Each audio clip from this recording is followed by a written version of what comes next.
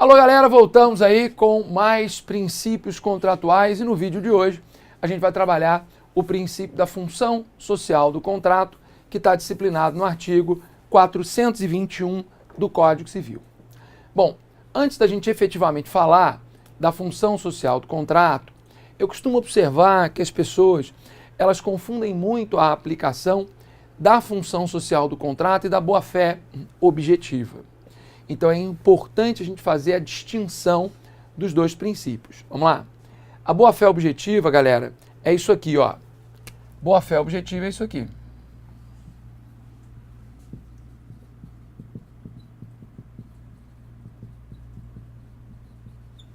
Ah, mas como assim? Não entendi. Galera, o princípio da boa-fé objetiva, ele visa regular a relação entre os contratantes de uma relação jurídica. Ele visa regular a relação do contratante A com o contratante B.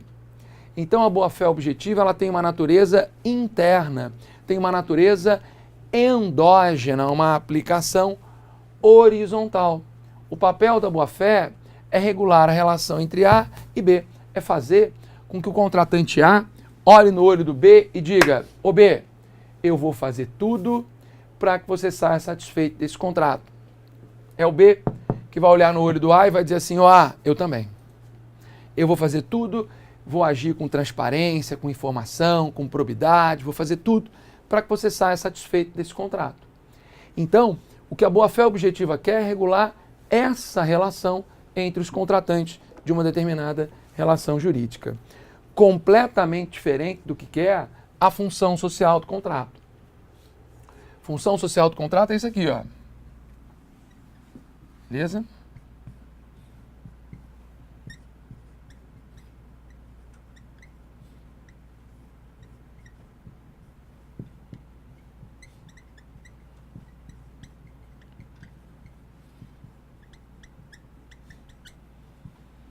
Galera, a função social do contrato, ela não pretende regular a relação entre A e B, porque isso a boa-fé que faz já faz muito bem. O papel que a função social do contrato quer desempenhar é a relação desse contrato com terceiros estranhos à relação contratual e a postura desses terceiros diante dessa relação contratual, especialmente a postura de terceiros perante essa relação contratual. É o que se quer observar, é o que se quer disciplinar. A postura de terceiros diante dessa relação contratual. É isso, postura de terceiros diante dessa relação contratual.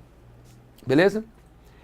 A função social, portanto, ela tem uma natureza externa, tem uma natureza exógena, uma aplicação vertical. Uma aplicação vertical. O que a função social quer, pessoal, não é regular a relação entre A e B.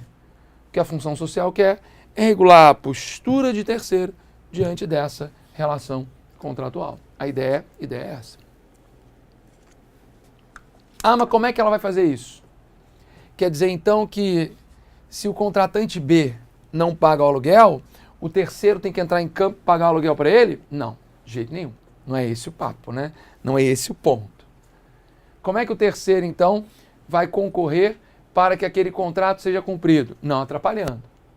O que a função social quer é regular a postura de terceiros diante dessa relação contratual, fazendo com que esses terceiros não atrapalhem a execução do contrato. Não atrapalhem a execução do contrato. A ideia é essa. A ideia é essa. Tudo bem, gente? Tranquilo? Ótimo. Então, agora sim, feita a diferença entre boa-fé e função social, vamos trabalhar com o princípio da função social. E eu queria que você anotasse um conceito que vai te ajudar bastante. Anota aí que o princípio da função social do contrato, disciplinado no artigo 421 do Código Civil, 421 do Código Civil, mitiga o princípio da relatividade contratual, ampliando o conceito de parte e obrigando terceiros estranhos à relação contratual a concorrerem para o seu adimplemento. Essa é a nossa função social do contrato. O social vem aí de sociedade, de criar obrigações para terceiros.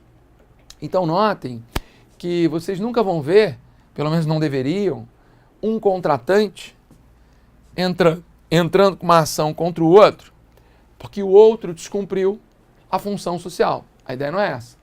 Um contratante propõe uma ação contra o outro, porque o outro descumpriu a função social. Não, não é isso. Beleza? O contratante, ele descumpre boa-fé objetiva, ele não descumpre função social. Quem descumpre função social são os terceiros estranhos a essa relação negocial. Beleza? Eles é que descumprem. Então, o papel da função social é criar uma obrigação para o terceiro. É por isso que a função social mitiga o princípio da relatividade. O princípio da relatividade vai dizer que a função social, o princípio da relatividade vai dizer que a função social produz efeitos, quer dizer, que a função social, que o contrato produz efeitos apenas entre os contratantes. O princípio da relatividade diz isso e nós já estudamos. O que a função social faz é justamente mitigar esse princípio, fazendo com que o contrato produza de alguma forma efeitos também perante terceiros. Ora, e qual é o efeito que um contrato gera para um terceiro? Obrigar esse terceiro a concorrer para o seu adimplemento. E como é que um terceiro vai concorrer para o adimplemento de um contrato? Não atrapalhando. Não atrapalhando. Tá certo? Bom, então a função social mitiga o princípio da relatividade contratual. Amplia o conceito de parte. Agora, todos nós da sociedade somos, de alguma forma, considerados parte, ampliando o conceito de parte e obrigando todos nós a concorrermos para o adimplemento de um contrato, não atrapalhando com ele, não atrapalhando a sua execução. Um bom exemplo de função social do contrato está lá no capítulo do contrato de prestação de serviço, especificamente no artigo 608 do Código Civil.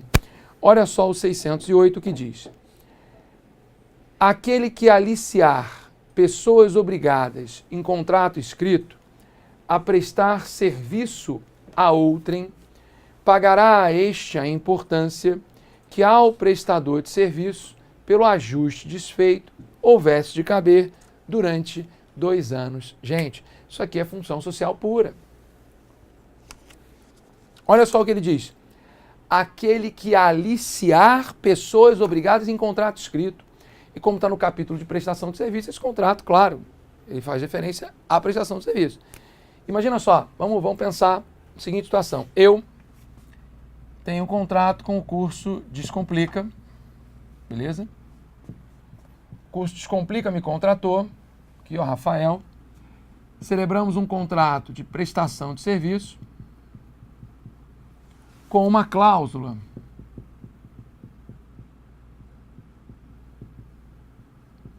de exclusividade. Beleza? Eu só posso dar aulas de direito civil aqui no curso Descomplica. Beleza? Eu não posso dar aulas de direito civil em outro lugar. Só posso dar aulas aqui. Beleza. De repente, aparece um terceiro curso que me diz o seguinte: olha, Rafael, nós queríamos que você gravasse aulas de direito civil aqui e tal, por que você não vem, não sei o que e tal. Falou, olha, na verdade, desculpa, mas eu tenho uma cláusula de exclusividade com Descomplica, eu não posso, né, gravar aulas aí e tal.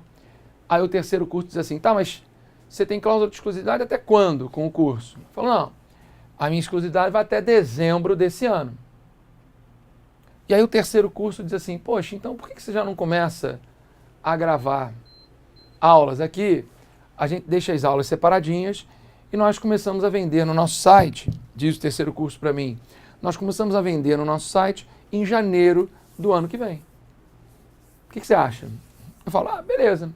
Se eu faço isso, eu não vou estar descumprindo cláusula contratual nenhuma. Eu vou começar, né, a vender, eu vou começar a vou começar a gravar as aulas, janeiro do ano que vem você vende, eu já não vou ter mais exclusividade, beleza. Eu começo a gravar as aulas no terceiro curso, quando de repente, o terceiro curso começa a vender essas aulas no site em novembro desse ano. Em novembro, ele começou a vender as aulas. Gente, eu descumpri a cláusula de exclusividade?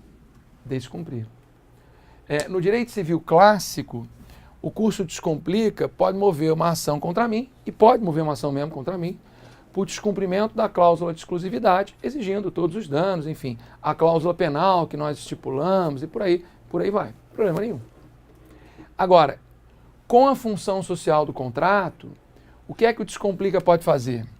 Pode mover uma ação também de reparação de danos em face do terceiro curso. O terceiro curso concorreu para que essa exclusividade fosse cumprida? Não, pelo contrário. O terceiro curso concorreu para que a exclusividade fosse descumprida. Ele concorreu para o descumprimento daquela cláusula de exclusividade.